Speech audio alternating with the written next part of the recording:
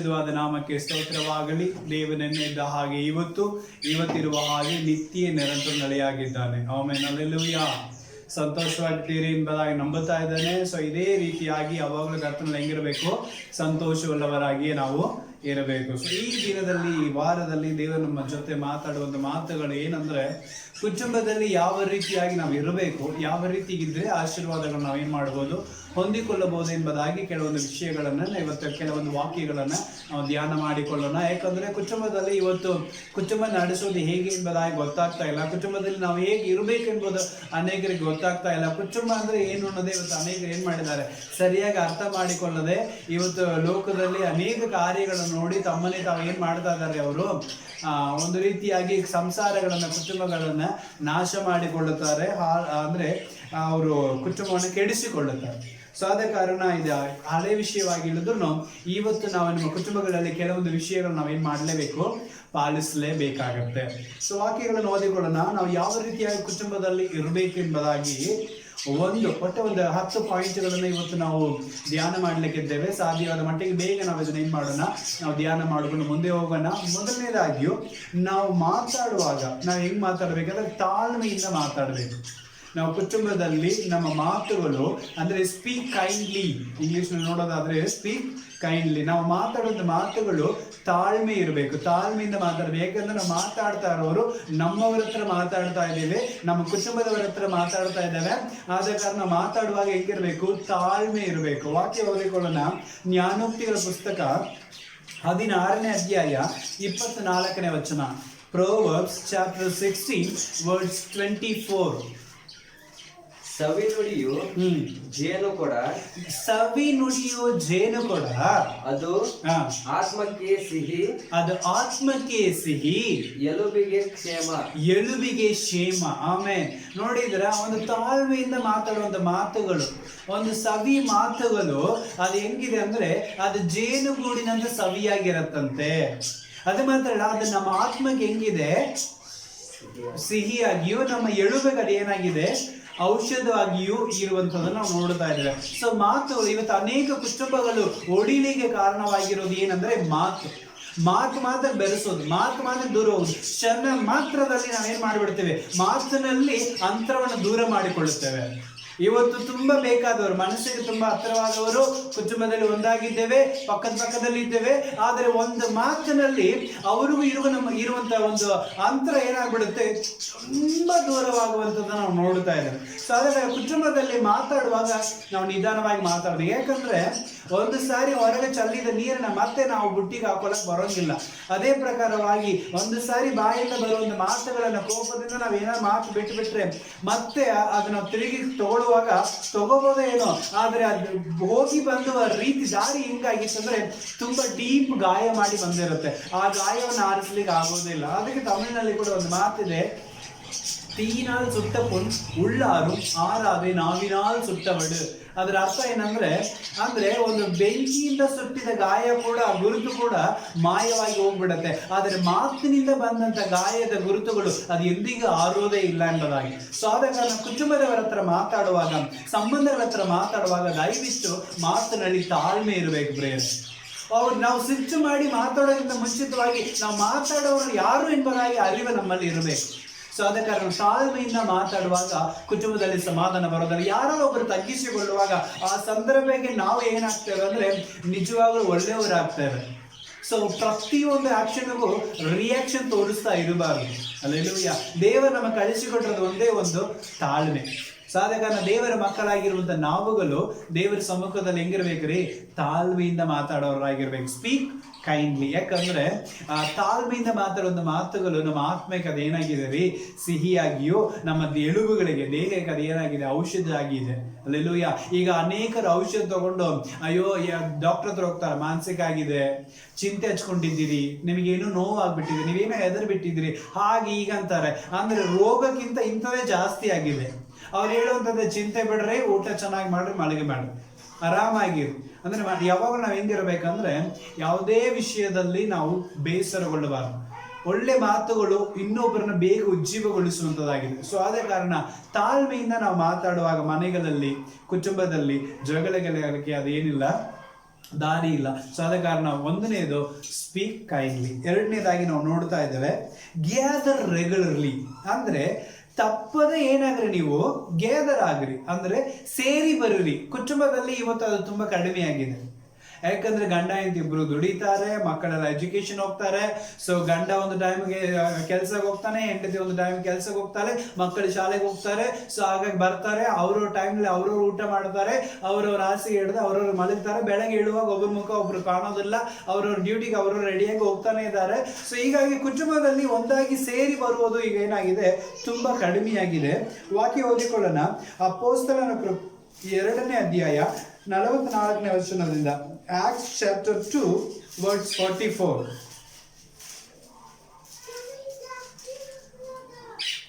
ನಂಬಿದವರೆಲ್ಲರೂ ಒಂದಾಗಿದ್ದು ತಮಗಿದ್ದುದನ್ನು ಹುದುವಾಗಿ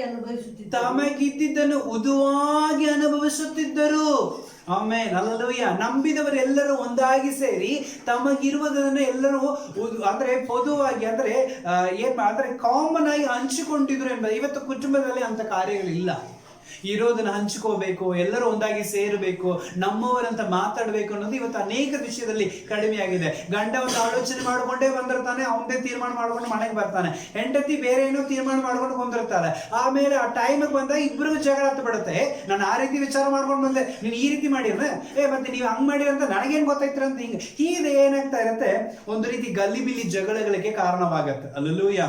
ಸೊ ಏನಿಲ್ಲ, ಚಿಕ್ಕ ಚಿಕ್ಕ ವಿಷಯದಲ್ಲಿ ಇವತ್ತು ಜಗಳಗಳು ತುಂಬಾ ಹೋಗಿರುತ್ತೆ. ಈಗ ಟಿವಿ, ಮನೆಯಲ್ಲಿ ಇರೋದೇ ಟಿವಿ, ಅದರಲ್ಲಿ ಕೂಡ ಮಕ್ಕಳು ಸ್ಪೋರ್ಟ್ಸ್ ನೋಡ್ಬೇಕಂತ ಹೇಳಿ ಅಂದ್ರೆ ಹೆಂಡತಿಗಳು ಏನ್ ಮಾಡ್ತಾರೆ ಧಾರಾವಾಹಿ, ಗಂಡಸರು ಏನ್ ಮಾಡ್ತಾರೆ ಯಾವ್ದೋ ಒಂದು ಫಿಲಿಂ ಹಚ್ಚಂತೆ.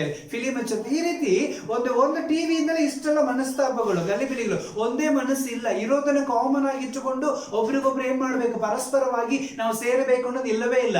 ಹಾಗಾಗಿ ಆಯ್ತು ನಿಂದ ನೀನು ನೋಡ್ಕೊಂತ ಹೇಳಿ ರಿಮೋಟ್ ಒಂದು ಕಡೆ ಹೋಗೋದು, ಅವರು ಒಂದು ಕಡೆ ಹೋಗೋದು, ಇವರು ಒಂದು ಕಡೆ ಹೋಗೋದು, ಒಟ್ಟ ಗಲಿಬಿಲಿಯನ್ನು ಕೆಡಿಸಿಕೊಂಡು ಅವತ್ತು ರಾತ್ರಿ ನಿದ್ದೆ ಬರೋದೇ ಇಲ್ಲ. ಹಲ್ಲೆಲೂಯಾ. ಯಾಕಂದ್ರೆ ಇರೋದನ್ನ ನಾವು ಎಲ್ಲರೂ ಒಂದಾಗಿ ಸೇರಿ ಹಂಚಿಕೋಬೇಕೆಂಬುದಾಗಿ ದೇವರ ವಾಕ್ಯ ಹೇಳ್ತಾ ಇದೆ. ಅಲ್ಲಿ ಅಪೊಸ್ತಲರು ಏನ್ ಮಾಡ್ತಿದ್ರು, ಅವ್ರು ನಂಬಿಕೆಯುಳ್ಳವರಾಗಿ ಒಂದಾಗಿ ಸೇರಿ ಬಂದ್ರು. ನಂಬಿದವರು ಎಲ್ಲರೂ ಏನ್ ಮಾಡಿದ್ರು, ಒಂದಾಗಿ ಸೇರಿದ್ರು, ಇದ್ದಿದ್ದನ್ನ ಕಾಮನ್ ಆಗಿ ಹಂಚಿಕೊಂಡ್ರು, ರೊಟ್ಟಿ ಮುರಿಯೋದ್ರಲ್ಲಿ ಅನ್ಯೋನ್ಯತೆಯನ್ನು ತೋರಿಸಿದ್ರು ಎಂಬುದಾಗಿ ನಾವು ನೋಡ್ತಾ ಇದ್ದೇವೆ. 1ನೇ ದೇಶವಾಕ್ಯ ಪುಸ್ತಕ 5ನೇ ಅಧ್ಯಾಯ 11ನೇ ವಚನ, ಕೊಲೋಸ್ಸೆ ಪುಸ್ತಕ 3ನೇ ಅಧ್ಯಾಯ 16ನೇ ವಚನಗಳಲ್ಲೆಲ್ಲ ನಾವು ನೋಡ್ತಾ ಇದ್ದೇವೆ, ಒಂದಾಗಿ ಸೇರಿ ಬರ್ರಿ ಎಂಬುದಾಗಿ ವಾಕ್ಯಗಳನ್ನು ನೋಡ್ತಾ ಇದ್ದೇವೆ. ಸೊ ಗ್ಯಾದರ್ ರೆಗ್ಯುಲರ್ಲಿ, ನಾವೇನ್ ಮಾಡ್ತಾ ಇರಬೇಕು, ಒಂದಾಗಿ ಸೇರಿ ಬರಬೇಕು. ಕುಟುಂಬದಲ್ಲಿ ಅಟ್ಲೀಸ್ಟ್ ಒಂದಾಗಿ ಸೇರಿ ಬರ್ಲಿಕ್ಕೆ ದಿನಕ್ಕೆ ಒಂದು ಸಾರಿ ಒಂದಾಗಿ ಸೇರಿ ಬರ್ಲಿಕ್ಕೆ ನಾವು ಏನ್ ಮಾಡೋಣ, ಒಂದು ಸಮಯವನ್ನು ಗುರುತಿಸಿಕೊಳ್ಳೋಣ. ಅದಕ್ಕೆ ಒಂದು ಒಳ್ಳೆ ಉದಾಹರಣೆ ಏನಂದ್ರೆ ಪ್ರಾರ್ಥನೆ. ಅಟ್ಲೀಸ್ಟ್ ನೀವು ಎದಕ್ಕೆ ಒಂದಾಗಿ ಸೇರಿದ್ರು, ಪ್ರಾರ್ಥನೆ ಏನಾಗ್ಬೋದು, ಒಂದಾಗಿ ಸೇರಿ ಬರಬಹುದು. ಪ್ರಾರ್ಥನೆಯನ್ನು ಒಂದಾಗಿ ಸೇರುವಾಗ, ಆ ಪ್ರಾರ್ಥನೆಗಳನ್ನು ಹಂಚಿಕೊಳ್ಳುವಾಗ ನಿಮ್ಮ ಮನಸ್ಸಲ್ಲಿ ಏನಿದೆ ಅಂತ ಇನ್ನೊಬ್ಬರಿಗೆ ಏನಾಗತ್ರಿ ಗೊತ್ತಾಗುವಂತದ್ದಾಗಿದೆ. ಸೊ ರೆಗ್ಯುಲರ್ ಆಗಿ ಸೇರಿ ಬರಬೇಕು. ಅಂದ್ರೆ ಒಬ್ಬ ಮನಸ್ಸುಗಳನ್ನು ಇನ್ನೊಬ್ಬರು ಏನ್ ಮಾಡ್ಲಿಕ್ಕೆ ಆಗತ್ತೆ, ಅರ್ಥ ಮಾಡಿಕೊಳ್ಳಕ್ಕಾಗತ್ತೆ, ಸ್ಟಡಿ ಮಾಡಿಕೊಳ್ಳಕ್ಕಾಗತ್ತೆ, ಅವ್ರನ್ನ ನಾವು ಇನ್ನೂ ಉನ್ನತವಾದ ರೀತಿಯಲ್ಲಿ ಅವ್ರ ಪ್ರೋತ್ಸಾಹ ಕೊಡ್ಲಿಕ್ಕೆ ಆಗತ್ತೆ. ಹಲ್ಲೆಲೂಯಾ. ಸೊ ಒಂದು ಪ್ರಾರ್ಥನೆ ಮಾಡುವಾಗ ಸೇರಿ ಬರ್ಬೋದು, ಅಥವಾ ಊಟ ಮಾಡ್ಲಿಕ್ಕಾಗಿ ಏನ್ ಮಾಡ್ಬೋದು, ನಾವು ಸೇರಿ ಬರ್ಬೋದು ಪ್ರಿಯರೇ. ಹಲ್ಲೆಲೂಯಾ. ಯಾಕಂದ್ರೆ ಇದ್ದಿದ್ದನ್ನ ನಡಕ್ಕೆ ಇಟ್ಟುಕೊಂಡು ಸುತ್ತಲೂ ಫ್ಯಾಮಿಲಿ ಕುತ್ಕೊಂಡು ಹಂಚಿಕೊಂಡು ಊಟ ಮಾಡ್ರಿ, ಎಲ್ಲರೂ ಹೊಟ್ಟೆ ತುಂಬತ್ತೆ. ಹಲ್ಲೆಲೂಯಾ. ಇವತ್ತು ಅನೇಕರು ಏನ್ ಮಾಡ್ತಾರೆ, ಡೈನಿಂಗ್ ಹಾಲ್ ಅಂದ್ರೆ ಬುಟ್ಟಿನಲ್ಲಿ ತಗೊಂಡ್ ಬಂದು ಇಟ್ಟಿರ್ತಾರೆ.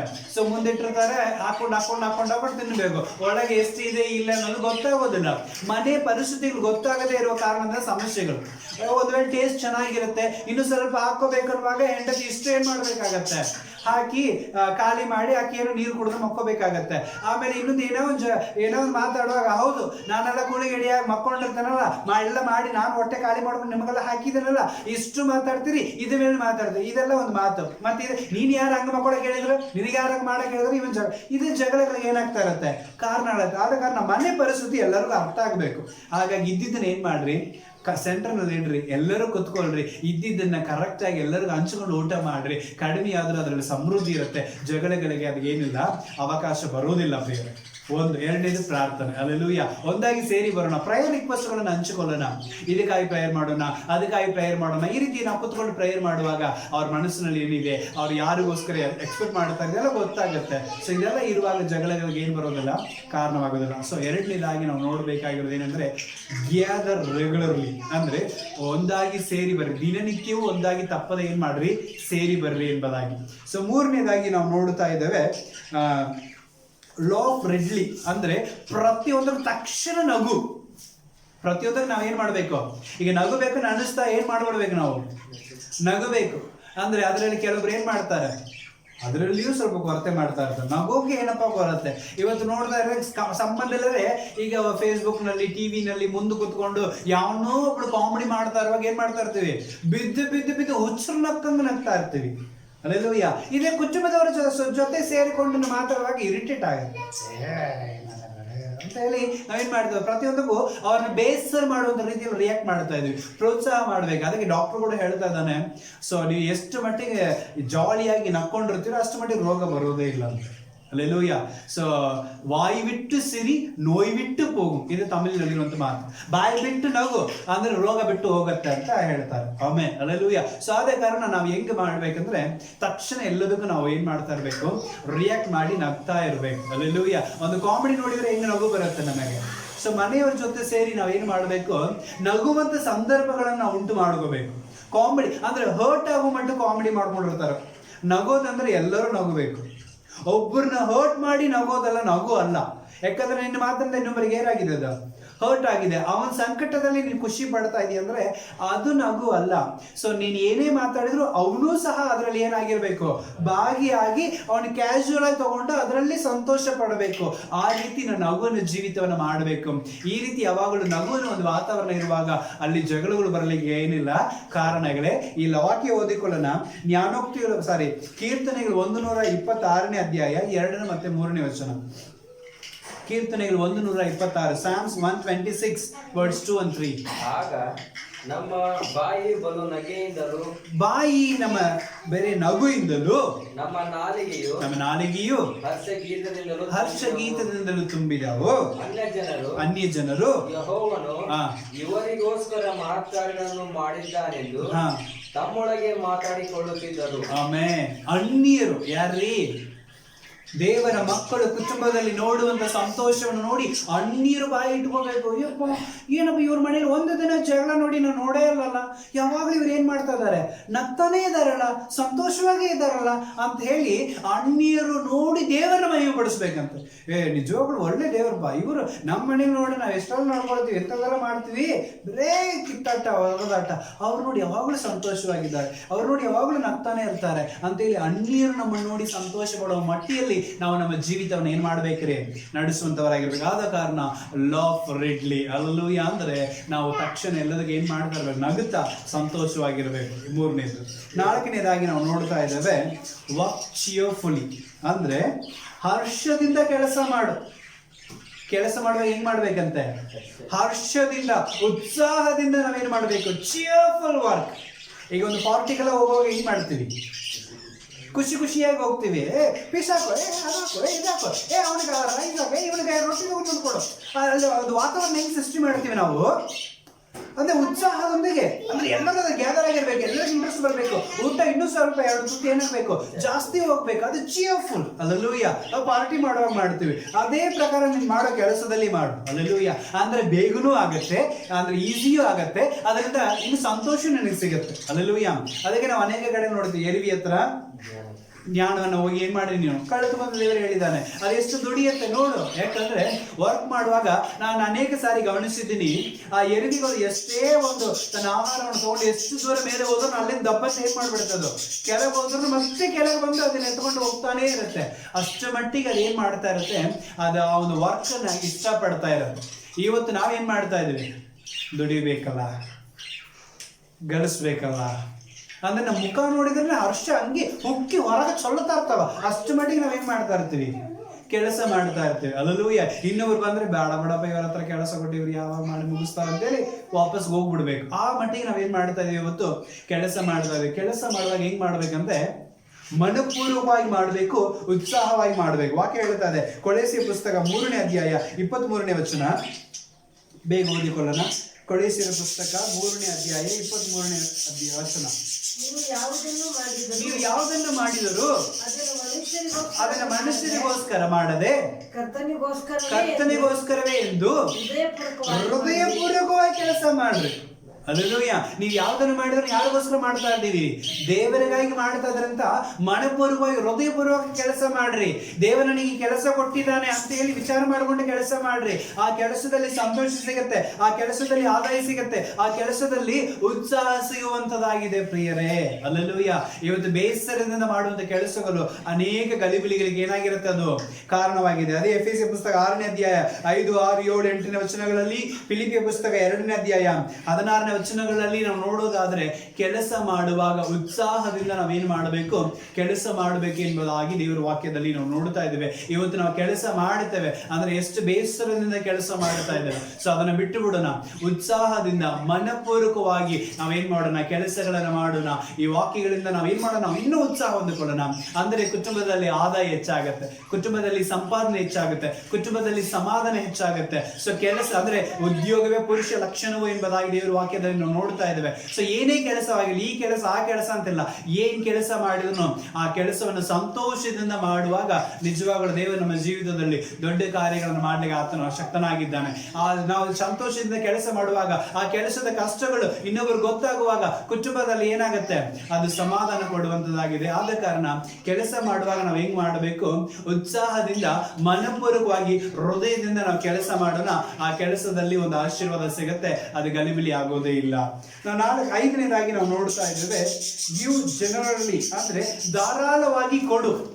5ನೇದಾಗಿ ನಾವು ನೋಡ್ತಾ ಇದ್ದೀವಿ ಏನ್ ಮಾಡ್ಬೇಕಂತೆ, ದಾನ ಧರ್ಮವಾಗಿರಲಿ, ಸಾಲವಾಗಿರಲಿ, ನಮ್ಮ ಹತ್ರ ಇದ್ದಿದ್ದವರಿಗೆ ಕೊಡುವುದಾಗಿರ್ಲಿ, ಕೊಡುವಾಗ ಹೆಂಗ್ ಕೊಡ್ಬೇಕಂತೆ, ನಾವು ಧಾರಾಳವಾಗಿ ಕೊಡಬೇಕು. ಅಲ್ಲೂಯ್ಯ. ಅಂದ್ರೆ ದೇವರ ಕೈ ಮೋಟ ಕೈ ಅಲ್ಲ, ದೇವರ ಕೈ ಏನಲ್ಲ, ಮೋಟ ಕೈ ಅಲ್ಲ. ದೇವರು ನಾವು ಕೊಡುವಾಗ ಅದು ತುಂಬಿ ಹೊರಚಲ್ಲುವಂತೆ ದೇವರು ಏನ್ ಮಾಡ್ತಾನೆ, ಕೊಡುವಂತ ದೇವರಾಗಿದ್ದಾನೆ. ಆತನ ಮಕ್ಕಳಾಗಿರುವಂತ ನಾವುಗಳು ಕೊಡುವಾಗ ಹೆಂಗ್ ಮಾಡ್ಬೇಕು, ಉದ್ಧಾರ ಮನಸ್ಸಿನಿಂದ ಧಾರಾಳವಾಗಿ ಕೊಡಬೇಕು. ವಾಕ್ಯ ಹೇಳ್ತಾ ಇದೆ 2ನೇ ಕೊರಿಂಥದವರು ಬರೆದ ಪತ್ರಿಕೆ 9ನೇ ಅಧ್ಯಾಯ 7ನೇ ವಚನದನ್ನ ನೋಡುವಾಗ, 2ನೇ ಕೊರಿಂಥಿಯ 9ನೇ ಅಧ್ಯಾಯ 7ನೇ ವಚನ,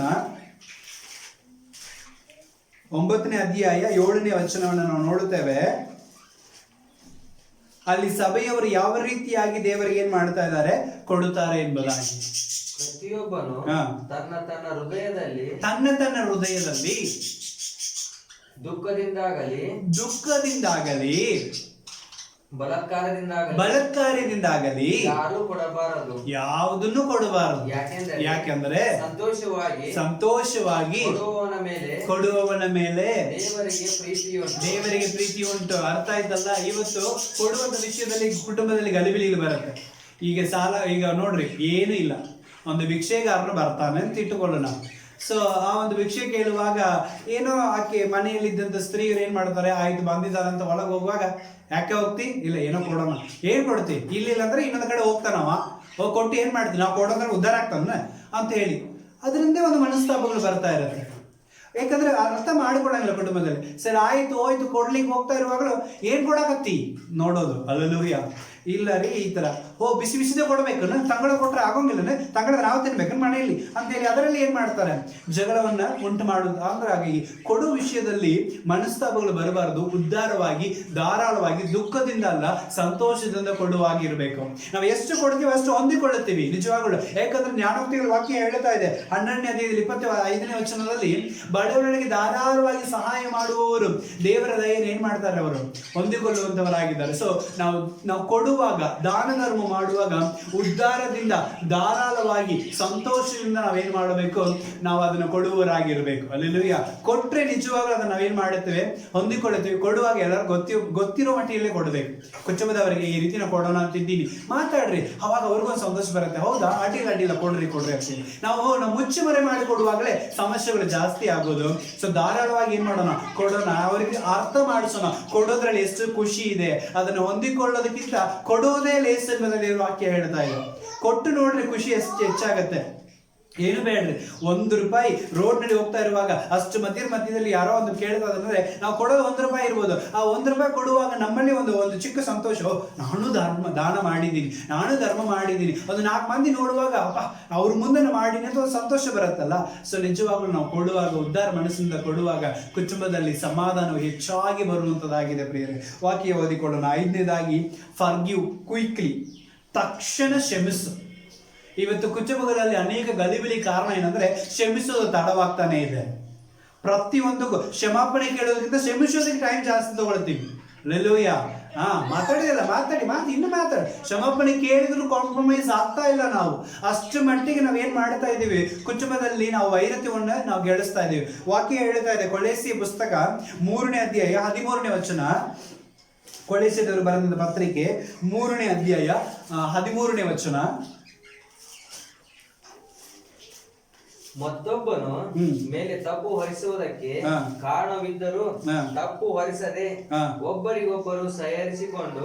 ಆಮೇಲೆ ತಪ್ಪು ವಹಿಸ್ಲಿಕ್ಕೆ ಕಾರಣವಿದ್ರೂ ಸಹ ಅವನ ಮೇಲೆ ಏನ್ ಮಾಡ್ಬೇಡ್ರಿ, ತಪ್ಪು ವಹಿಸಬೇಡ್ರಿ. ಒಬ್ಬರಿಗೊಬ್ಬರು ಕ್ಷಮಿಸಿಕೊಂಡು ಸಂತೋಷವಾಗಿರ್ರಿ. ಅಲ್ಲೆಲ್ಲೂ ಯಾಕಂದ್ರೆ ಸ್ವಾಮಿಗಳು ಶಿಲುಬೆಯಲ್ಲಿ ಇದ್ದಾಗ ಅದೇ ಮಾತು ನಮಗೆ ಹೇಳಿದ್ದಾನೆ, ಇವರು ತಿಳಿಯದೇ ಮಾಡ್ತಾರೆ, ಕ್ಷಮಿಸು. ಆಮೇನ್, ಅಲ್ಲೆಲ್ಲೂಯ್ಯ. ಸೊ ಕುಟುಂಬದಲ್ಲಿ ಇವತ್ತು ಕ್ಷಮಾಪಣೆ ಕೇಳೋದು ಕಷ್ಟ, ಕ್ಷಮಿಸೋದು ಕಷ್ಟ, ಹಾಗಾಗಿ ಗಲಿಬಿಲಿಗಳು ಜಾಸ್ತಿ ಆಗಿದೆ. ದಯವಿಟ್ಟು ನಾವೇನ್ ಮಾಡೋಣ ಪ್ರಿಯರೇ, ತಕ್ಷಣ ಕ್ಷಮಾಪಣೆ ಕೇಳೋಣ, ಕ್ಷಮಿಸಿಕೊಳ್ಳೋಣ. ಆ ಒಂದು ಸಂದರ್ಭವನ್ನು ದಯವಿಟ್ಟು ಮುಂದೆ ಹಾಕೊಂಡು ಹೋಗ್ಬೇಡಿ. ಚಿಕ್ಕ ಬಿರುಕಾಗಿರುವಾಗಲೇ ಅದನ್ನ ಏನ್ ಮಾಡೋಣ, ಅದನ್ನ ಪ್ಯಾಚಪ್ ವರ್ಕ್ ಮಾಡಿ ಸರಿ ಮಾಡ್ಕೊಳ್ಳೋಣ. ಅದನ್ನ ಹಾಗೆ ಬಿಟ್ಟು ನಾಳೆ ನಾಡೋದು ಮುಂದೆ ಹೋಗ್ತಾನೆ ಇರುವಾಗ ಆ ಒಂದು ಚಿಕ್ಕ ಬಿರುಕು ಏನಾಗ್ತಾ ಇರುತ್ತೆ, ದೊಡ್ಡ ಬಿರುಕಾಗಿ ಗೋಡೆಲೇ ಬಿದ್ದು ಹೋಗುವಂತ ಒಂದು ಸ್ಥಿತಿ ಬಂದು ಬಿಡುತ್ತದೆ ಪ್ರಿಯರೇ. ಅಲ್ಲೆಲ್ಲೂಯ್ಯ. ಆದ ಕಾರಣ ನಾವು ವಿಷಯಗಳನ್ನು ನೋಡಿಕೊಳ್ಳೋಣ, ನಾವು ಚಿಕ್ಕದಾಗಿರುವಾಗಲೇ ಅದನ್ನ ಸರಿಪಡಿಸಿಕೊಳ್ಳೋಣ. ತಕ್ಷಣ ಕ್ಷಮಾಪಣೆ ಕೇಳ್ರಿ. ಯಾರ ಹತ್ರ ಕೇಳ್ತೀರಿ? ಅಣ್ಣ ತಮ್ಮ ಹತ್ರ ತಾನೇ ಕೇಳ್ತೀರಿ. ಯಾರ ಹತ್ರ ಕೇಳಿದ್ರಿ? ಗಂಡ ಹೆಂಡತಿ ಹತ್ರ ತಾನೇ ಕೇಳಿದ್ರಿ. ಯಾರ ಹತ್ರ ಕೇಳ್ತೀರಿ? ಹೆತ್ತವರ ಹತ್ರ ತಾನೇ ಕೇಳ್ತೀರಿ. ಯಾರ ಹತ್ರ ಕೇಳಿದ್ರಿ? ಮಕ್ಕಳ ಹತ್ರ ತಾನೇ ಕೇಳ್ತೀರಿ. ಸೊ ದಯವಿಟ್ಟು ಏನ್ ಮಾಡ್ರಿ, ಕ್ಷಮಾಪಣೆ ಕೇಳ್ರಿ, ಅದಕ್ಕೆ ತಕ್ಷಣ ಕ್ಷಮಿಸಲಿಕ್ಕೆ ಕಳೀರಿ. ಆಮೇಲೆ ನೀವು ಕ್ಷಮಿಸ್ಬಿಟ್ರೆ, ಅವರು ಕ್ಷಮಾಪಣೆ ಕೇಳಿಲ್ಲ ಅಂದ್ರೆ ನೀವು ಏನ್ ಮಾಡ್ಬೇಡ್ರಿ, ಮನಸ್ಸಿನಲ್ಲಿ ಕ್ಷಮಿಸ್ಬಿಡ್ರಿ. ಅವ್ರು ಯಾವಾಗ ಬೇಕಾದ್ರೂ ಕ್ಷಮಾಪಣೆ ಕೇಳಲಿ, ಆದ್ರೆ ನೀವು ಅವ್ರು ಮಾಡಿದ ತಪ್ಪುಗಳಿಗೋಸ್ಕರ ನೀವೇ ಏನ್ ಮಾಡ್ಬಿಡ್ರಿ, ಅವ್ರನ್ನ ಕ್ಷಮಿಸ್ಬಿಡ್ರಿ. ನಿಜವಾಗ್ಲೂ ಕುಟುಂಬದಲ್ಲಿ ಸಮಾಧಾನ ಹೆಚ್ಚಾಗುತ್ತೆ, ಗಲಿಬಿಲಿಗಳು ಬರ್ಲಿಕ್ಕೆ ಕಾರಣ ಇಲ್ಲ. ಯಾಕಂದ್ರೆ ಅವ್ರು ಬೇರೆ ಯಾರಲ್ಲ, ನಮ್ಮವರಂತ ಭಾವನೆ ಇದ್ದಾಗ, ಅವ್ರು ಎಷ್ಟೇ ದೂರದಲ್ಲಿ ಇದ್ರು ಮನಸ್ಸು ಹತ್ತಿರದಲ್ಲಿದ್ದಾಗ ಅವ್ರು ಮಾಡಿದ ತಪ್ಪುಗಳಿಗೆ ನಾವು ಏನ್ ಮಾಡಬಹುದು, ರಿಯಾಕ್ಟ್ ಮಾಡಬಹುದು. ಆದಾಗ ಮತ್ತೆ 16ನೇ ಅಧ್ಯಾಯದಲ್ಲಿ 25ನೇ ವಚನದಲ್ಲಿ ಕೂಡ ಯೇಸು ಹೇಳ್ತಾ ಇದ್ದಾನೆ, ನಿನ್ನ ಸಹೋದರನ 7 ಸಾರಿ ಕ್ಷಮಿಸಿದ್ರು ತಪ್ಪಿಲ್ಲ, ಕ್ಷಮಾಪಣೆ ಕೇಳು, ಕ್ಷಮಿಸು ಎಂಬುದಾಗಿ ಏನ್ ಮಾಡ್ತಾ ಇದ್ದಾನೆ, ಹೇಳುವಂತವನಾಗಿದ್ದಾನೆ ಪ್ರಿಯರೇ. ಆದ ಕಾರಣ 6ನೇದಾಗಿ ನಾವು ನೋಡ್ತಾ ಇದ್ದೇವೆ, ತಕ್ಷಣ ಏನ್ ಮಾಡು, ನೀನು ಕ್ಷಮಿಸು. 7ನೇದಾಗಿ ನಾವು ನೋಡ್ತಾ ಇದ್ದೇವೆ, ಹಗ್ ಫ್ರೀಲಿ. ಇವತ್ತು ನಮ್ಮ ಕುಟುಂಬದಲ್ಲಿ ಏನಿಲ್ಲ, ಹಗ್ಗು ಅನ್ನೋದು ಇಲ್ಲವೇ ಇಲ್ಲ, ಒಬ್ರಿಗೊಬ್ರು ಮುಟ್ಟುಕೊಳ್ಳೋದೇ ಇಲ್ಲ. ಅದಕ್ಕಂತಾನೆ ಸಭೆಗೆ ಬಂದನ ಅಟ್ಲೀಸ್ಟ್ ಪ್ರೈಸ್ ಕೊಡ್ರಿ ಅಂತ ಹೇಳ್ತಾ ಇದ್ವಿ. ಸೊ ನಾವು ಮಕ್ಕಳಾಗಿದ್ದಾಗ ನಮ್ಮನ್ನ ಎಷ್ಟು ಮಂದಿ ಏನ್ ಮಾಡುತ್ತಾರೆ, ಎದ್ದು ಆಟ ಆಡಿಸಿ ಮುದ್ದು ಮಾಡಿ ಅಪ್ಪಿಕೊಂಡು ಹೋಗಿರ್ತಾರೆ. ಹಾಗೆ ನಾವು ಬೆಳೀತಾ ಬಂದಾಗ ನಮಗೂ ನಮ್ಮ ಕುಟುಂಬಗಳಿಗಿರುವಂತ ಅಂತರವನ್ನು ಏನ್ ಮಾಡ್ತಾ ಇದೀವಿ, ನಾವೇ ದೂರ, ನಾವು ದೊಡ್ಡವನಾಗ್ತಾ ಇದ್ವಿ, ನಾನು ಹಂಗಿರಬಾರ್ದು, ನಾನು ಹಿಂಗ್ಬಾರ್ದು ಅಂತೇಳಿ ದೂರ ಮಾಡ್ದು. ಆದ್ರೆ ನಾವು ಬೆಳೀತಾ ಹೋಗುವಾಗ ಹೆತ್ತವ್ರಿಗೆ ನಾವು ಮಕ್ಕಳೇ ಆಗ್ತಾ ಇರ್ತೀವಿ ಪ್ರಿಯರೇ. ನಾವಂದ್ರೂ ನಮ್ಮ ಮಮ್ಮಿ ನಾವು ಸಾಯೋ ತನಕ ಯಾವಾಗಲೂ ನಾನು ಏನೇ ಹಂಗೆ ಕುತ್ಕೊಂಡಿದ್ರೆ ಸಾಕು, ಹಂಗೆ ಪಕ್ಕದಲ್ಲಿ ತಲೆಯಲ್ಲಿ ಕೈ ಹಾಕಿ ಮಡಿ ಮೇಲೆ ಏನ್ ಮಾಡ್ತಿದ್ರು, ಮಲಸ್ಕೊಂಡ್ಬಿಟ್ಟು ಹಂಗೆ ತಲೆ ಹಿಂಗ್ ಮಾಡ್ತಿದ್ರು, ಹಿಂಗ ಕೂದಲು ಹಿಂಗೇ ಮಾಡ್ತಿದ್ರು. ಅಂದ್ರೆ ಅವ್ರು ನಾನು ಯಾವಾಗಿದ್ರು ಏನದು ಮಕ್ಕಳೇ. ಸೊ ಆದ ಕಾರಣ ಅವರಿಗೆ ಚಿಕ್ಕ ಆಸೆಗಳಿರುತ್ತೆ. ನಾವು ಎಷ್ಟೇ ಅಂತರಕ್ಕೆ ಏನ್ ಮಾಡಿರ್ಬೋದು, ನಾವು ಬೆಳೆದಿರ್ಬೋದು, ಆದ್ರೆ ಹೆತ್ತವ್ರು ನಾವು ಮಕ್ಕಳೇ ಆಗ್ತೇವೆ. ಸೊ ಆದ ಕಾರಣ ಅವರಿಗೆ ಸ್ವಲ್ಪ ಏನ್ ಮಾಡೋಣ, ಅವ್ರ ಮನಸ್ಸನ್ನ ಅರ್ಥ ಮಾಡಿಕೊಂಡು ಅವ್ರಿಗೆ ಹಗ್ ಮಾಡೋಣ. ಎಷ್ಟು ಖುಷಿ ಆಗ್ತಾರೆ ಗೊತ್ತಾ. ಏನೋ ಒಂದು ಕಷ್ಟ ಬರುವಾಗ, ಏನೋ ನೋವಿನಲ್ಲಿದ್ದಾಗ ಅವ್ರು ಹೋಗಿ ಚಿಕ್ಕದೇ ಮತ್ತೆ ಹಗ್ಗು ಕೊಟ್ಟು, ಹೋಗ್ಲಿ ಬಿಡಮ್ಮ, ಹೋಗ್ಲಿ ಬಿಡಪ್ಪ, ಹೋಗ್ಲಿ ಬಿಡತ್ತಮ್ಮ, ಹೋಗ್ಲಿ ಬಿಡಣ್ಣ, ನಾನು ಇದ್ದೀನಲ್ಲ, ಯಾಕೆ ಚಿಂತೆ ಮಾಡ್ಕೊಂಡು ಒಂದು ಮಾತು ಹೇಳ್ರಿ. ಆ ಸಂದರ್ಭ ಎಂತ ದೊಡ್ಡ ಗುಡ್ಡದಂತೆ ಇದ್ರು ನಾವು ಆ ಒಂದು ಹಗ್ಗು, ಆ ಒಂದು ಚಿಕ್ಕ ಒಂದು ಅಪ್ಪಿಕೊಳ್ಳುವಂತ ವಿಧಾನ ಅವ್ರನ್ನ ಖಂಡಿತವಾಗಿಯೂ ಒಂದು ದೊಡ್ಡ ಬಾಣದಲ್ಲಿ ಅವರಿಗೆ ಬಿಡುಗಡೆ ಕೊಡುವಂತದ್ದಾಗಿದೆ. ವಾಕ್ಯ ಹೇಳ್ತಾ ಇದೆ, 2ನೇ ಕೊರಿಂಥದವರು ಬರೆದಂತ ಪತ್ರಿಕೆ 13ನೇ ಅಧ್ಯಾಯ 12ನೇ ವಚನ. 2ನೇ ಕೊರಿಂಥದವರು ಬರೆದಂತ ಪತ್ರಿಕೆ 13ನೇ ಅಧ್ಯಾಯ 12ನೇ ವಚನ. ದೇವರು ನಿಮ್ಮ ಸಂಗಡ ಪವಿತ್ರವಾದ ಮುದ್ದಿಟ್ಟು ಒಬ್ಬರನ್ನೊಬ್ಬರು ವಂದಿಸಿರಿ. ಪವಿತ್ರವಾದ ಮುದ್ದಿಟ್ಟು ಒಬ್ಬರನ್ನೊಬ್ಬರು ಅಂದ್ರೆ ಅಪ್ಪಿಕೊಳ್ಳೋದು, ಮುದ್ದಿಡೋದಂದ್ರೆ ಬೇರೆ ಹೋಗಿ ಬೇರೆ ವಿಚಾರಗಳಲ್ಲಿಲ್ಲ, ಪವಿತ್ರವಾದ ರೀತಿಯಲ್ಲಿ, ಪರಿಶುದ್ಧವಾದ ರೀತಿಯಲ್ಲಿ, ಅಲ್ಲೂಯ್ಯ, ಒಂದು ಒಳ್ಳೆ ಸಂಬಂಧದ ರೀತಿಯಲ್ಲಿ. ಇವತ್ತು ಹಂಗಾಗಿ ಇವತ್ತು ಅನೇಕರು ಇದನ್ನ ಒಂದು ಚಾನ್ಸ್ ಆಗಿ ಯೂಸ್ ಮಾಡಿಕೊಂಡು ಅದಕ್ಕೆ ಸಭೆಯಲ್ಲಿ ಕೂಡ ಇಂಥದೆಲ್ಲ ಅಲೋ ಮಾಡ್ತಾ ಇಲ್ಲ.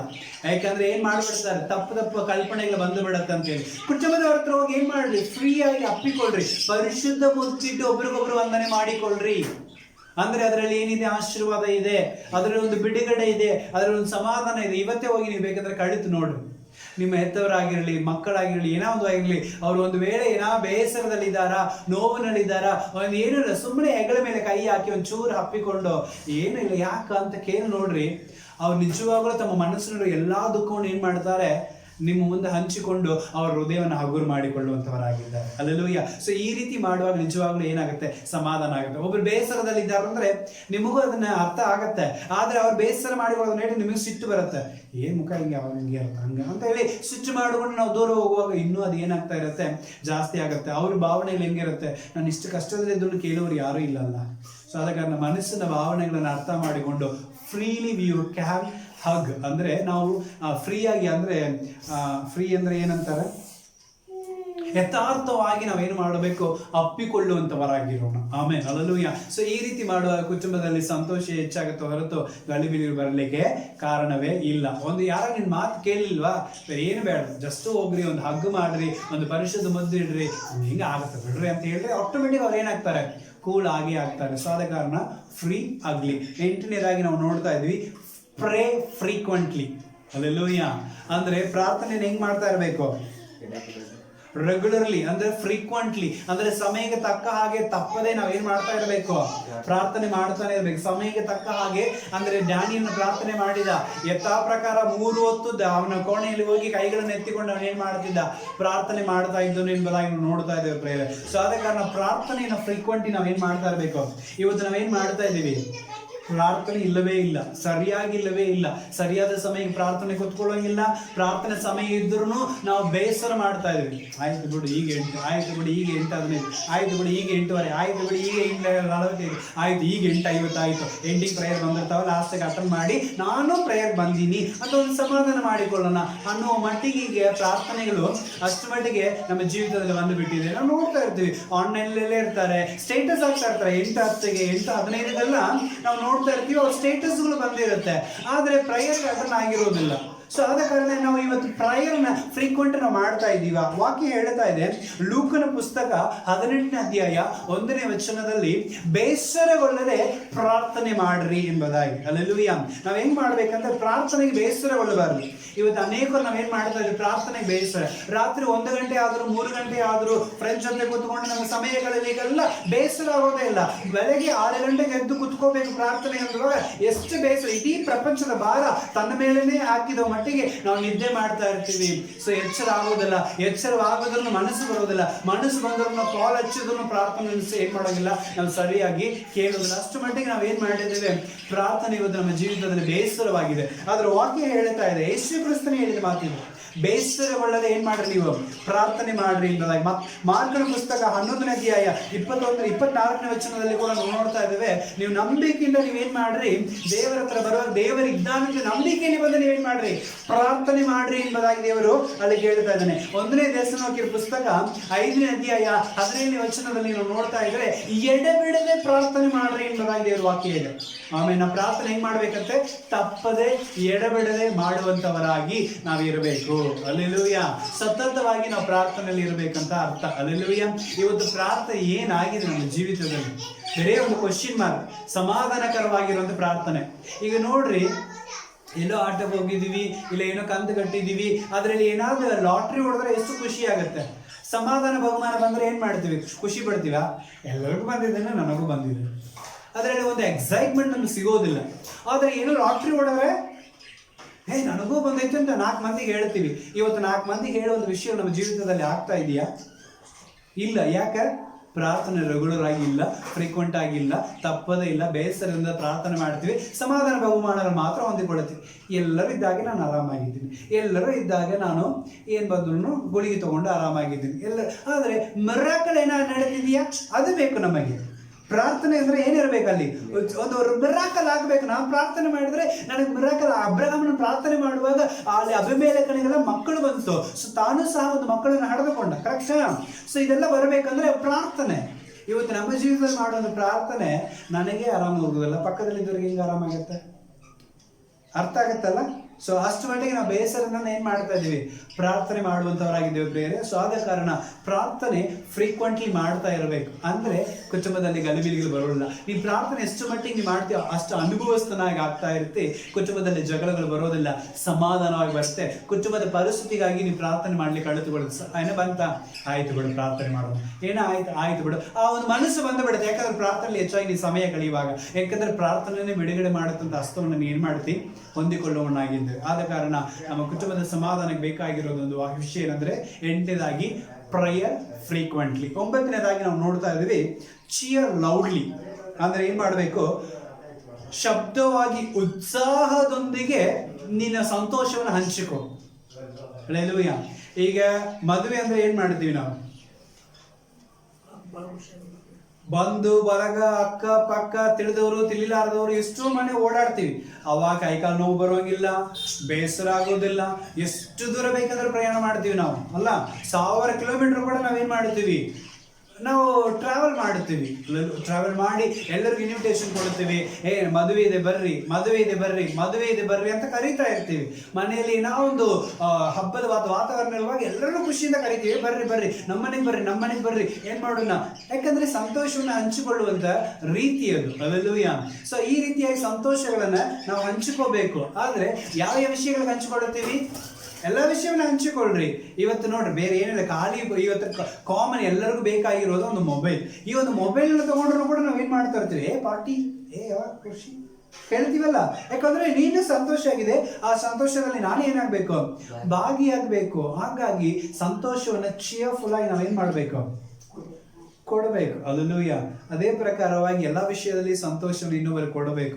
ಪ್ರಾರ್ಥನೆ ವಿಷಯದಲ್ಲಿ ಸೇವಕರಿಗೂ ಕೂಡ ಏನ್ ಮಾಡಬೇಕು? ಸಂತೋಷವನ್ನು ಕೊಡುವವರಾಗಿರಬೇಕು. ಸೇವಕರಿಗೆ ಮಾತ್ರ ಬೇಸರ ಕೊಡುತ್ತೀರಿ, ಮಿಕ್ಕಿದರೆಲ್ಲರಿಗೂ ನೀವು ಸಂತೋಷವನ್ನು ಕೊಡುವಂತವರಾಗಿರ್ತೀರಿ. ವಾಕ್ಯ ಓದಿಕೊಳ್ಳೋಣ. ಲೂಕನ ಪುಸ್ತಕ 15ನೇ ಅಧ್ಯಾಯ 11ನೇ ವಚನ. ಲೂಕನ ಪುಸ್ತಕ 15ನೇ ಅಧ್ಯಾಯ 11ನೇ ವಚನ. ಅಲ್ಲಿ 18 ವರ್ಷಗಳಿಂದ ದೆವ್ವ ಬಡಿದು ಮೈಯೊಳಗೆ ರೋಗವಿಲ್ಲ, ರೋಗವುಳ್ಳ ಒಬ್ಬ ಸ್ತ್ರೀಯೂ ಇದ್ದಳು. ಆಮೇಲೆ 32ನೇ ವಚನ. ನೀವು ಹೋಗಿ, ಇಗೋ ನಾನು ಇವತ್ತು ನಾಳೆ ದೆವ್ವಗಳನ್ನು ಬಿಡಿಸುತ್ತಾ ರೋಗಗಳನ್ನು ವಾಸಿ ಮಾಡುತ್ತಾ ಇದ್ದು 3ನೇ ದಿನದಲ್ಲಿ ಸಿದ್ಧಿಗೆ ಬರುತ್ತೇನೆ ಎಂದು ಆ ನರಿಗೆ ಹೇಳಿ. 32ನೇ ವಚನ. ಓಕೆ, ಆ ಒಂದು ಪೋರ್ಷನ್ ನಾವು ನೋಡ್ತಾ ಇದ್ದೇವೆ. ದೆವ್ವ ಹಿಡಿದ ಒಂದು ಸ್ತ್ರೀ ಇದ್ದಾಳೆ. ಆ ಸ್ತ್ರೀಗೋಸ್ಕರ ದೇವರ ಸಮ್ಮುಖದಲ್ಲಿ ಬಂದು ಅವಳು ಪ್ರಾರ್ಥನೆ ಮಾಡ್ತಾಳೆ. ಪ್ರಾರ್ಥನೆ ಅದೇ ನಮ್ಗೆ ತುಂಬಾ ಗೊತ್ತಿದೆ. ಕಾನಾನಿ ಸ್ತ್ರೀ ಅವಳು, ದೇವರು ಉತ್ತರ ಕೊಡೋಂಗಿಲ್ಲ. ಆಮೇಲೆ ಹೋಗಿ ಅಡ್ಡ ಬೀಳ್ತಾಳೆ. ಶಿಷ್ಯರು ಹೇಳ್ತಾರೆ ಏನಾದ್ರು ಮಾಡಿ ಕಳಿಸಿಬಿಡ್ರಿ ಅಂತ. ಆದ್ರೂ ನಾನು ನನ್ನ ಮಕ್ಕಳಿಗೋಸ್ಕರ ಬಂದಿದ್ದೀನಿ ಅಂತ ದೇವರು ಹೇಳ್ತಾನೆ. ಆಕೆ ಅಡ್ಡ ಬಿದ್ದುಕೊಂಡು ಕೇಳ್ತಾರೆ, ನಾನು ಮಕ್ಕಳು ತಿನ್ನೋ ರೊಟ್ಟಿ ನಾಯಿ ಕೊಡೋಕೆ ಆಗೋಲ್ಲ ಅಂತಾರೆ. ಅದು ಮಾತ್ರ ಲಾಸ್ಟ್ಗೆ ಏನಾಗ್ತಾರೆ? ಸೊ ಆ ಒಂದು ವಿಷಯದಲ್ಲಿ ಅವಳು ನಾಯಿ ಅಂತ ನಡೆಸ್ಕೊಳ್ತಾರೆ. ಆದ್ರೂ ಸಹ ಅವಳ ನಂಬಿಕೆ ನೋಡಿ ದೇವರು ಏನ್ ಮಾಡ್ತಾರೆ? ಅವಳ ಮಗಳಿಗೆ ಬಿಡುಗಡೆ ಕೊಡ್ತಾರೆ. ಬಿಡುಗಡೆ ಕೊಟ್ಟಿದ ತಕ್ಷಣ ಅವಳು ಇಡೀ ಊರಿಗೆ ಏನ್ ಮಾಡ್ತಾಳೆ? ಹೋಗಿ ಹಂಚಿಕೊಳ್ತಾಳೆ. ಸಂತೋಷ, ನನ್ನ ಮಗಳು ಆರಾಮಾಗಿದ್ದಾಳೆ, ದೇವರಿಂದ ನನ್ನ ಮಗಳು ಆರಾಮಾಗಿದ್ದಾಳೆ, ದೇವರಿಂದ ನನ್ನ ಮಗಳು ಆರಾಮಾಗಿದ್ದಾಳೆ. ಇವತ್ತು ನಮ್ಮ ಸಾಕ್ಷಿಯನ್ನ ನಾವು ಈ ರೀತಿ ಸಂತೋಷವಾಗಿ ಹಂಚಿಕೊಳ್ಳುತ್ತೀವ? ಹಲ್ಲೆಲೂಯಾ. ಇವತ್ತು ಒಂಚೂರು ಧಮಕಿ ಹಾಕಿದ್ರೆ ಎಷ್ಟು ಹೆದರ್ತೀವಿ. ಹಲ್ಲೆಲೂಯಾ. ಅದೇ ಆ ಟೈಮ್ನಲ್ಲಿ ನಾನು ಹಿಂಗ್ ಬಿದ್ದಿದ್ದಾಗ ನೀವು ಬಂದಿದ್ದಾರೋ ಅಂತ ಕೇಳಿ ಧೈರ್ಯ ಇಲ್ಲ. ಆದ್ರೆ ನಮ್ಮ ದೇವರು ಮಾಡಿದ ಸಾಕ್ಷಿಗಳನ್ನು ಹಂಚಿಕೊಳ್ಳಿಕ್ಕೆ ನಾವೇನ್ ಮಾಡ್ತೇವೆ? ನಾವು ಒಂದು ರೀತಿ ನೊಂದುಕೊಳ್ತೀವಿ, ಬೇಸರ ಆಗುತ್ತೆ. ಸೊ ವಾಕ್ಯವನ್ನು ನಾವು ಸರಿಯಾಗಿ ಅರ್ಥ ಮಾಡ್ಕೊಳ್ಬೇಕು. Cheer loudly.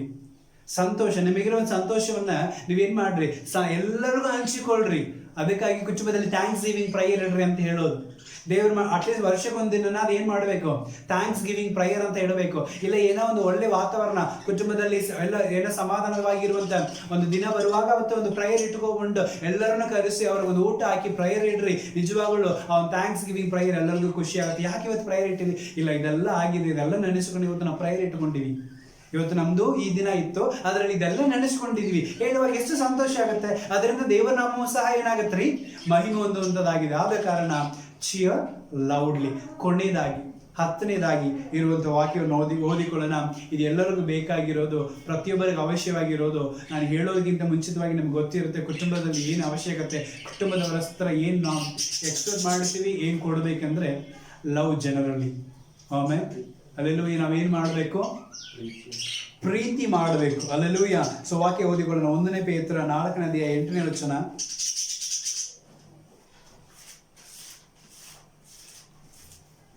1 ಪೇತ್ರ 4ನೇ ಅಧ್ಯಾಯ 8ನೇ ವಚನ. ಯಾಕಂದ್ರೆ ಇವತ್ತು ನಮ್ಮ ಅನೇಕರ ಜೀವಿತದಲ್ಲಿ ಕಡಿಮೆಯಾಗಿರೋದು ಪ್ರೀತಿ. ಪ್ರಾಮಾಣಿಕವಾದ ಪ್ರೀತಿ ಇರಬೇಕು ಎಂಬುದಾಗಿ ಹೇಳ್ತಾ ಇದ್ದಾನೆ ವಾಕ್ಯ. ಮೊಟ್ಟ ಮೊದಲು ನಿಮ್ಮೊಳಗೆ ಯಥಾರ್ಥವಾದ ಪ್ರೀತಿ ಇರಲಿ. ಯಥಾರ್ಥವಾದ ಪ್ರೀತಿ ಇರಲಿ, ಸಾಕು. ಆಮೇಲೆ ಏನಿರಲಿ, ಯಥಾರ್ಥವಾದ ಪ್ರೀತಿ. ಇವತ್ತು ನಮ್ಮಲ್ಲಿ ಏನ್ ಕಡಿಮೆಯಾಗಿದೆ, ಪ್ರೀತಿ ಕಡಿಮೆಯಾಗಿದೆ. ಹೊರಗಿನವ್ರನ್ನ ನಾವು ಎಷ್ಟು ಪ್ರೀತಿ ಮಾಡುತ್ತೇವೆ, ನಾವು ಲವ್ ಮಾಡೋ ಒಂದು ಹುಡುಗಿನ ಎಷ್ಟು ಪ್ರೀತಿ ಮಾಡುತ್ತೇವೆ, ಅವಳಿಗೋಸ್ಕರ ನಾವು ಸಮಯ ಕೊಡುತ್ತೀವಿ, ದಿನ ಕೊಡುತ್ತೀವಿ, ಏನ್ ಬೇಕಂದ್ರೆ ಮಾಡ್ತೀವಿ, ಗಿಫ್ಟ್ ಕೊಡುತ್ತೀವಿ, ಕೇಳಿದ ಬಯಸಿದ ಎಲ್ಲವೂ ನಾವು ಕೊಡುತ್ತೇವೆ. ಆದರೆ ಇವತ್ತು ನಾವು ದೇವರಿಗಾಗ್ಲಿ ಕುಟುಂಬದವರಿಗಾಗ್ಲಿ ಅಂತ ಒಂದು ಪ್ರೀತಿಯನ್ನು ಕೊಡ್ಲಿಕ್ಕೆ ಸಾಧ್ಯತೆ ಉಂಟಾ? ಅಂತ ಪ್ರೀತಿ ನಾವು ಕೊಡ್ಲಿಕ್ಕೆ ಆಗೋಂಗಿಲ್ಲ. ಅವ್ರು ಮಾತಾಡೋರೆಲ್ಲ ಬೇಸರ ಆಗತ್ತೆ, ಆದ್ರೆ ನಾವು ಪ್ರೀತಿ ಮಾಡೋರು ಮಾತಾಡಿದ್ರೆ ತುಂಬಾ ಇಂಪಾಗುತ್ತೆ. ಅದು ಬೇಸರವಾಗಿರತ್ತೆ ಇನ್ನೊಬ್ರು ಕೇಳಲಿಕ್ಕೆ, ಆದ್ರೆ ನಮಗೆ ಹೆಂಗಿರತ್ತೆ, ಅದು ಇಂಪಾಗಿರುತ್ತೆ. ಯಾಕಂದ್ರೆ ನಾವು ಪ್ರೀತಿ ಮಾಡ್ತಾ ಇದ್ವಿ. ಸೊ ಹಾಗಾಗಿ ಪ್ರತಿಯೊಬ್ಬರನ್ನ ಪ್ರೀತಿ ಮಾಡ್ರಿ. ಅವ್ರು ಮಾತಾಡೋದೆಲ್ಲವೂ ನಮಗೆ ಹೆಂಗಿರುತ್ತೆ, ಇಂಪಾಗಿರುತ್ತೆ. ಇವತ್ತೆಲ್ಲ ಪ್ರತಿಯೊಬ್ಬರು ತಕ್ಷಣ ಎಲ್ಲದಕ್ಕೂ ಏನ್ ಮಾಡ್ತಾ ಇರ್ತಾರೆ, ಕೋಪ ಮಾಡಿಕೊಳ್ತಾರೆ, ಪ್ರತಿಯೊಂದಕ್ಕೂ ರಿಯಾಕ್ಟ್ ಮಾಡ್ತಾರೆ, ಪ್ರತಿಯೊಬ್ಬರಿಗೂ ಇನ್ನೊಬ್ಬರನ್ನು ಹರ್ಟ್ ಮಾಡ್ತಾ ಇರ್ತಾರೆ. ಸೊ ದಯವಿಟ್ಟು ನಾವು ಅರ್ಥ ಮಾಡಬೇಕು, ನಾವು ಪ್ರೀತಿ ಮಾಡ್ತಾ ಇದೀವಿ ಅವ್ರಿಗೆ ಬೇಸರ ಮಾಡ್ತಾ ಇದ್ದೇವೆ. ಸೊ ಆ ಒಂದು 4 ಮಂದಿ ಇರುವಾಗ ನಾವು ಒಬ್ಬರು ಬೇಸರ ಮಾಡಿದ್ರಿಂದ ಆ 4 ಮಂದಿಗೆ ಏನಾಗ್ತಾ ಇದೆ, ದುಃಖವಾಗ್ತಾ ಇದೆ ಪ್ರಿಯರು. ಸೊ ಈ ವಾಕ್ಯಗಳನ್ನ ನಾವು ಸರಿಯಾಗಿ ಏನ್ ಮಾಡಬೇಕು, ಅರ್ಥ ಮಾಡಿಕೊಳ್ಳಬೇಕು. ಇವತ್ತು ಪ್ರೀತಿ ತಣ್ಣಗಾಗಿದೆ. ಈ ಲೋಕದಲ್ಲಿ ಏನಾಗಿದೆ, ಪ್ರೀತಿ ತುಂಬಾ ತಣ್ಣಗಾಗಿದೆ. ಅಲ್ಲೆಲ್ಲೂಯ್ಯ. ಸೊ ಆದ ಕಾರಣ ಆ ಪ್ರೀತಿಯನ್ನು ಬಿಟ್ಟು ಬಿಡಬಾರದು. ನಾವು ಪ್ರೀತಿ, ಯಥಾರ್ಥವಾದ ಪ್ರೀತಿಯನ್ನು ತೋರಿಸಬೇಕು. 1 ಕೊರಿಂಥಿ 13ನೇ ಪುಸ್ತಕದಲ್ಲಿ ಇಡೀ ಚಾಪ್ಟರ್ನಲ್ಲಿ ಪ್ರೀತಿ ಬಗ್ಗೆ ಇದೆ, ಜಾಸ್ತಿ ಮಾತನಾಡಿದ್ದೇವೆ. ಆಮೇಲೆ ಆತ್ಮನ ಫಲಗಳಲ್ಲಿ 1ನೇ ಫಲ, ಮೊದಲನೇ ಫಲ ಯಾವುದಂದ್ರೆ ಪ್ರೀತಿಯಾಗಿದೆ. ಸೊ ಪ್ರೀತಿ ಇಲ್ಲದವನು ಏನಿಲ್ಲದವನಾಗ್ತಾನೆ. ಸೊ ಆದ ಕಾರಣ ಲವ್ ಜರ್ನಲಿ ಅಂದ್ರೆ ಅದ್ರ ಏನರ್ಥ, ಯಥಾರ್ಥವಾಗಿ ಪ್ರೀತಿಸಿರಿ. ಸೊ ಈ 10 ಕಾರ್ಯಗಳು ನಮ್ಮಲ್ಲಿ ಇರೋದಾದ್ರೆ ನಿಜವಾಗ್ಲೂ ದೇವರು ಏನ್ ಮಾಡ್ತಾನ್ರಿ, ಇವತ್ತು ನಮ್ಮ ಕುಟುಂಬದಲ್ಲಿ ದೇವರು ಸಮಾಧಾನ ಕೊಡ್ಲಿಕ್ಕೆ ಆತನು ಶಕ್ತನಾಗಿದ್ದಾನೆ. ಸೊ ಈ 10 ಕಾರ್ಯಗಳನ್ನ ಮತ್ತೊಮ್ಮೆ ನಾವೇನ್ ಮಾಡೋಣ, ನೆನಪಿಟ್ಟುಕೊಳ್ಳೋಣ. 1, ತಾಳ್ಮೆಯಿಂದ ಮಾತಾಡು. 2ನೇದಾಗಿ ತಪ್ಪದೆ ಕುಟುಂಬದಲ್ಲಿ ಸೇರಿ ಬರ್ರಿ. 3ನೇದು ತಕ್ಷಣ ಪ್ರತಿಯೊಂದಕ್ಕೂ ಒಬ್ಬರ ಜೊತೆ ಸೇರಿ ನೀವು ನಕ್ಕಿ ಆ ಒಂದು ಸಮಯವನ್ನ ಕಾಮಿಡಿ ಮಾಡಿ ಏನ್ ಮಾಡ್ರಿ, ಎಂಜಾಯ್ ಮಾಡ್ರಿ. 4ನೇದಾಗಿ ನೀವು ಮಾಡುವಂತ ಕೆಲಸವನ್ನ ಏನ್ ಮಾಡ್ರಿ, ಉತ್ಸಾಹದಿಂದ ಹೃದಯಪೂರ್ವಕವಾಗಿ ಕೆಲಸವನ್ನು ಮಾಡ್ರಿ. 5ನೇದು ದಾನ ಧರ್ಮವನ್ನು ಮಾಡೋದರಲ್ಲಿ ಧಾರಾಳವಾಗಿ ನೀವೇನ್ ಮಾಡ್ರಿ, ದಾನ ಧರ್ಮಗಳನ್ನು ಮಾಡ್ರಿ. 6ನೇದಾಗಿ ನೀವು ಮಾಡುವಂತ ಅಂದ್ರೆ ಕ್ಷಮಿಸ್ರಿ, ಕ್ಷಮಾಪಣೆ ಕೇಳ್ರಿ. ತಕ್ಷಣ ಅಂದ್ರೆ ತಡ ಮಾಡಿ ಅಲ್ಲ, ಅದನ್ನ ದೂರ ಹಾಕಿ ಅಲ್ಲ, ತಕ್ಷಣ ಪ್ರತಿಯೊಂದಕ್ಕೂ ತಕ್ಷಣ ಏನ್ ಮಾಡ್ರಿ, ನೀವು ಕ್ಷಮಾಪಣೆ ಕೇಳ್ರಿ, ಕ್ಷಮಿಸ್ರಿ. 7ನೇದಾಗಿ ಅವ್ರನ್ನ ಯಥಾರ್ಥವಾಗಿ ಅಪ್ಪಿಕೊಳ್ಳ್ರಿ, ಮುದ್ದಿಡ್ರಿ. ಅದರಿಂದ ಕೂಡ ಇನ್ನೂ ಸಮಾಧಾನ ಹೆಚ್ಚಾಗುತ್ತದೆ. 8ನೇದು ಪ್ರಯರ್ ಫ್ರೀಕ್ವೆಂಟ್ಲಿ, ಎಡೆಬಿಡದೆ ತಪ್ಪದೆ ಪ್ರಾರ್ಥನೆಯನ್ನು ಮಾಡ್ತಾ ಇರ್ರಿ. 9ನೇದಾಗಿ ಶೇರ್ ಲೌಡ್ಲಿ, ಸಂತೋಷವನ್ನ ಹಂಚಿಕೊಳ್ಳ್ರಿ. ಸಂತೋಷವನ್ನ ಜೋರಾಗಿ ಕೂಗಿ ಏನ್ ಮಾಡ್ರಿ, ನೀವು ಹಂಚಿಕೊಳ್ಳ್ರಿ ಎಂಬುದಾಗಿ. 10ನೇದಾಗಿ ಲವ್ ಜನರಲ್ಲಿ ಅಂದ್ರೆ ಯಥಾರ್ಥವಾದ ಪ್ರೀತಿಯನ್ನು ಎಲ್ಲರ ಮೇಲೂ ಇಡ್ರಿ. ದೇವರಿಗೆ ವಾಕ್ಯ ಪ್ರಕಾರ ಏನ್ ಮಾಡ್ತಾನೆ, ನಿಮ್ಮನ್ನು ಆಶೀರ್ವದಿಸ್ತಾನೆ. ಇದರಿಂದ ನಮ್ಮ ಕುಟುಂಬದಲ್ಲಿ ಸಮಾಧಾನ ಹೆಚ್ಚಾಗುತ್ತೆ, ಆಶೀರ್ವಾದ ಹೆಚ್ಚಾಗುತ್ತೆ. ನಾವು ಪ್ರಾರ್ಥನೆ ಮಾಡಿಕೊಳ್ಳೋಣ. ಸರ್ವಶಕ್ತನಾಗಿರುವಂತಹ ತಂದೆಯಾದ ದೇವರೇ, ಕೇಳಿದ ವಾಕ್ಯಕ್ಕಾಗಿ ಸ್ತೋತ್ರ. ಈ ವಾಕ್ಯದ ಆಧಾರದ ಮೇರೆಗೆ ನಮ್ಮನ್ನು ನಾವು ತಗ್ಗಿಸ್ತೇವೆ ಸ್ವಾಮಿ. ಕರ್ತನೆ, ಕೇಳಿದ ಈ 10 ಅಂಶಗಳನ್ನ ನಮ್ಮ ಹೃದಯದಲ್ಲಿ ಇಟ್ಟುಕೊಂಡು ಇವತ್ತು ಯಾರೆಲ್ಲ ಈ ವಾಕ್ಯಗಳನ್ನು ಕೇಳಿದಾರೋ ಇದೆಲ್ಲ ತನ್ನ ಜೀವಿತದಲ್ಲಿ ಅಳವಡಿಸಿಕೊಂಡು ಜಗಳವನ್ನು ದೂರ ಮಾಡಲಿ, ಸಮಾಧಾನ ಹತ್ರ ತಂದುಕೊಳ್ಳಿ, ನಿನಗಾಗಿ ಸಾಕ್ಷಿಗಾಗಿರಲಿ ಸ್ವಾಮಿ. ಎಲ್ಲರನ್ನು ಮುಟ್ಟಿದ್ದಕ್ಕಾಗಿ ಸ್ತೋತ್ರ, ಬಲಪಡಿಸೋದಕ್ಕಾಗಿ ಸ್ತೋತ್ರ. ಯೇಸು ಕ್ರಿಸ್ತನ ಮುದ್ದಾದ ನಾಮದಲ್ಲಿ ಪರಿಶುದ್ಧಾತ್ಮನೇ ನಿನ್ನ ಸಹಾಯದೊಂದಿಗೆ ಪ್ರಾರ್ಥನೆ ಬೇಡಿ ಹೊಂದುತ್ತಾ ಇದ್ದೇನೆ. ನನ್ನ ಜೀವಗಳ ಸ್ವರ್ಗೀಯ ತಂದೆಯಾದ ದೇವರೇ, amen, amen. God bless. Praise the Lord.